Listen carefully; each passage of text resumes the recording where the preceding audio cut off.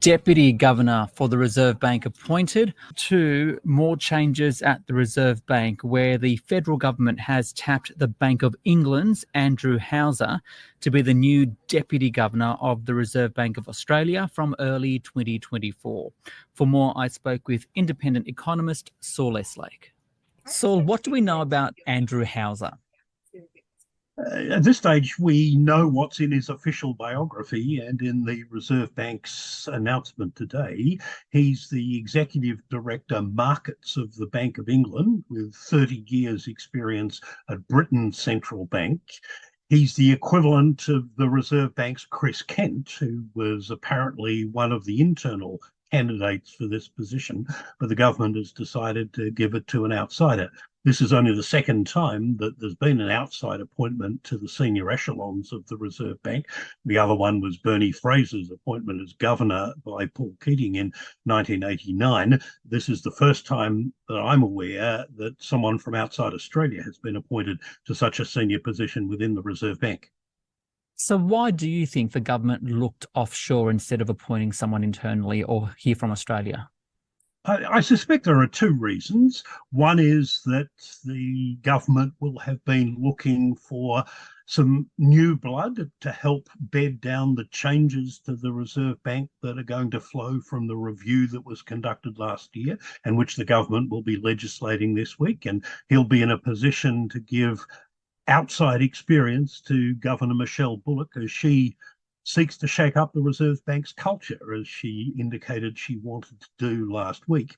The second thing is that Mr. Hauser will have direct experience of working with a monetary policy committee, that is a body of outside experts to make decisions about interest rates, which is the model that the Reserve Bank is going to take up from the 1st of July next year, and which the Bank of England has had for, I think, the best part of 2 decades. All right, so we know about his background and his abilities to, I guess, assist in some of these recommendations of the review. What do you think will be some of his key challenges? Well, an obvious key challenge for 2024 will be making judgments about whether further tightening of monetary policy is required in order to bring inflation down to the Reserve Bank's 2 to 3% target range in accordance with the timetable that's been laid out by Governor Bullock, that is by the end of 2025. Now, in addition, of course, he will, with Governor Bullock, be bedding down the new method for setting monetary policy with an outside committee of experts that starts work from the 1st of July next year. He brings practical experience of briefing a committee like that and carrying out its instructions. So I'm sure that was a key consideration in the government's decision to appoint him to this role of Deputy Governor. Finally, is there any significance or has there been a delay to this appointment?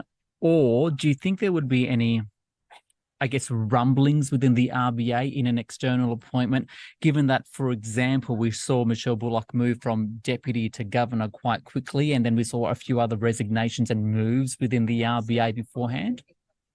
Well, there have been some significant departures of senior experienced personnel from the Reserve Bank in recent years, including the former Deputy Governor Guy Debelle a couple of years ago, and more recently senior officials such as Lucy Ellis and Jonathan Chancellor, and as well as some people from slightly lower down the hierarchy. Now, they may have made their own judgments about their individual prospects of ultimately acceding to the most senior role and decided to do something else.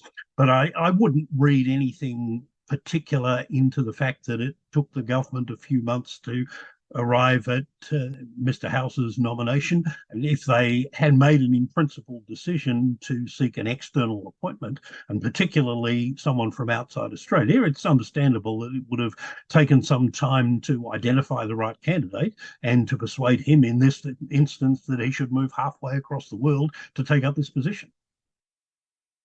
Saul Eslake, their independent economist.